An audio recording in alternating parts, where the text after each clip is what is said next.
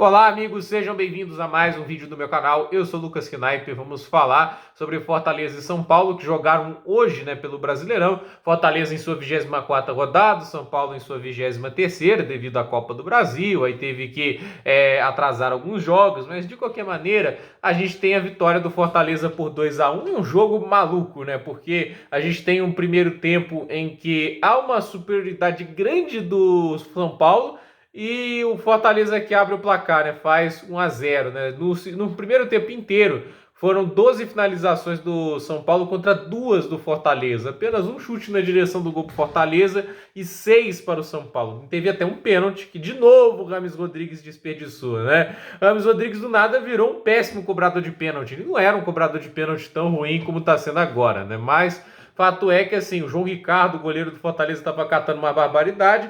E aí, no segundo tempo, quem teve o pênalti foi o Fortaleza e o Juan Martín Lutero converteu, fazendo 2-0. E o São Paulo fez um péssimo segundo tempo, os ajustes do Vojvoda foram ótimos, Foram 5 finalizações para o Fortaleza e apenas uma para o São Paulo, 3 na direção do gol para o Fortaleza e apenas uma do São Paulo, que foi o gol do Rames Rodrigues, muito inteligente, inclusive, Usando o contrapé do goleiro, que estava correndo para o meio do gol para ter melhor posicionamento para defender. O Rames Rodrigues se adiantou, já finalizou ali mais de longe, mas no canto, no contrapé, marcando um bom gol ali pro São Paulo, mas que parou por ali, pressionou, mas foi arame liso, Então, assim, o segundo tempo do São Paulo acabou sendo ruim, e assim, esse resultado é ótimo pro Fortaleza, que se consolida na briga por uma vaga a Libertadores na próxima temporada via Brasileirão. Caso na Sul-Americana não dê certo, eles precisam estar bem posicionados, e hoje a gente tem uma condição em que o G6 pode permanecer G6, porque assim,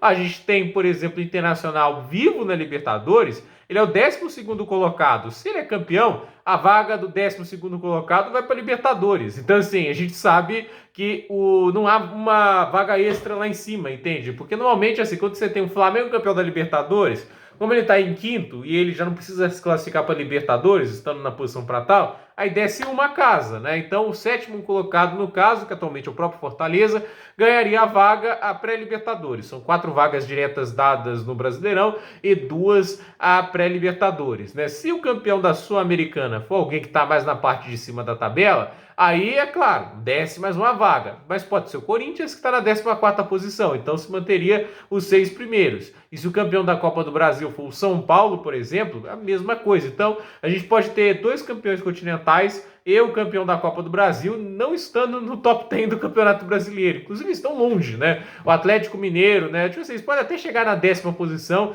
mas ainda não estariam em condições ali de brigar diretamente pelas vagas a Libertadores pelos pontos corridos. Não que haja necessidade se eles conquistarem os títulos, mas a questão é, a gente tem essa situação que acaba sendo problemática para quem está em 9º, 8º, 7º, porque esses se beneficiariam se os campeões fossem que estão mais acima na tabela. Então, eles precisam somar pontos e tentar encurtar essa distância. A vitória do Fortaleza é importante porque eles ficam a 2 pontos do Flamengo, que tem 40, já tem 24 jogos, e é bom também para o Atlético Paranaense, que caso vença, vai para a 6ª posição, e é bom também para o Atlético Mineiro, que caso vença, vai para 37 pontos e ficaria a 3 do Flamengo, com condições de ultrapassá-lo já na próxima rodada. Então, assim, vai embolando bastante o campeonato, os times ali estão ficando cada vez mais próximos, o Fortaleza está a 3, por exemplo, do Fluminense, está a 4 do Bragantino. Então, assim, do Palmeiras até o Atlético, há 10 pontos de vantagem, isso separando o segundo do 9º colocado. Então,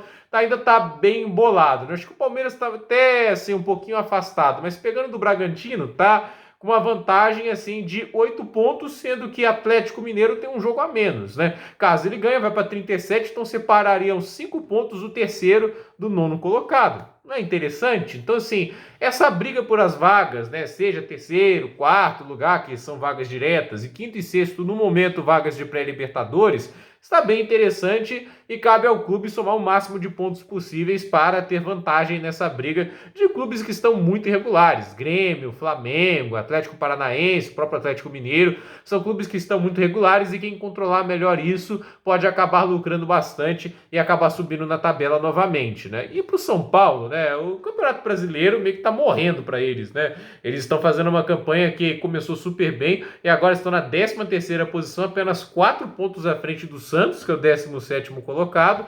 E assim, caso o Vasco vença os 2 jogos que estão faltando, eles ficariam a 2 pontos do Vasco, né? Só pra vocês terem ideia, eles não ganham 8 rodadas, né? Tá feia a situação. E nem acho que foi um jogo ruim, né? O primeiro tempo deles foi bom e tudo isso, mas o segundo tempo é aquela história. O Vojvoda ajustou e o São Paulo não fez nada, né? Eu acho que os jogos de hoje, né? São Paulo e Flamengo mostram baixo nível dessa final de Copa do Brasil, né? São clubes que começaram bem a temporada e depois foram lá esvaziando. O Flamengo nem tão bem, mas tem muito mais talento no elenco e isso ajuda a compensar a deficiência tática, né? Então, o Dorival Júnior é aquele negócio, né? A temporada dele para ser salva é o título da Copa do Brasil. Não que final seja uma má campanha, financeiramente falando já ajuda bastante o São Paulo, mas é aquela história, né? Finalista é duro, né? Você ficar tão próximo do título e não ganhar, ainda mais um título tão importante para o São Paulo que eles ainda não conquistaram. Então, assim, esse é um resultado ruim para o Brasileirão. O São Paulo está ficando bem para trás. Eles estão na 13ª posição e dependendo do resultado das rodadas, dessa rodada, quer dizer, né? Então eles podem acabar caindo ainda mais. Então, a ver o que vai acontecer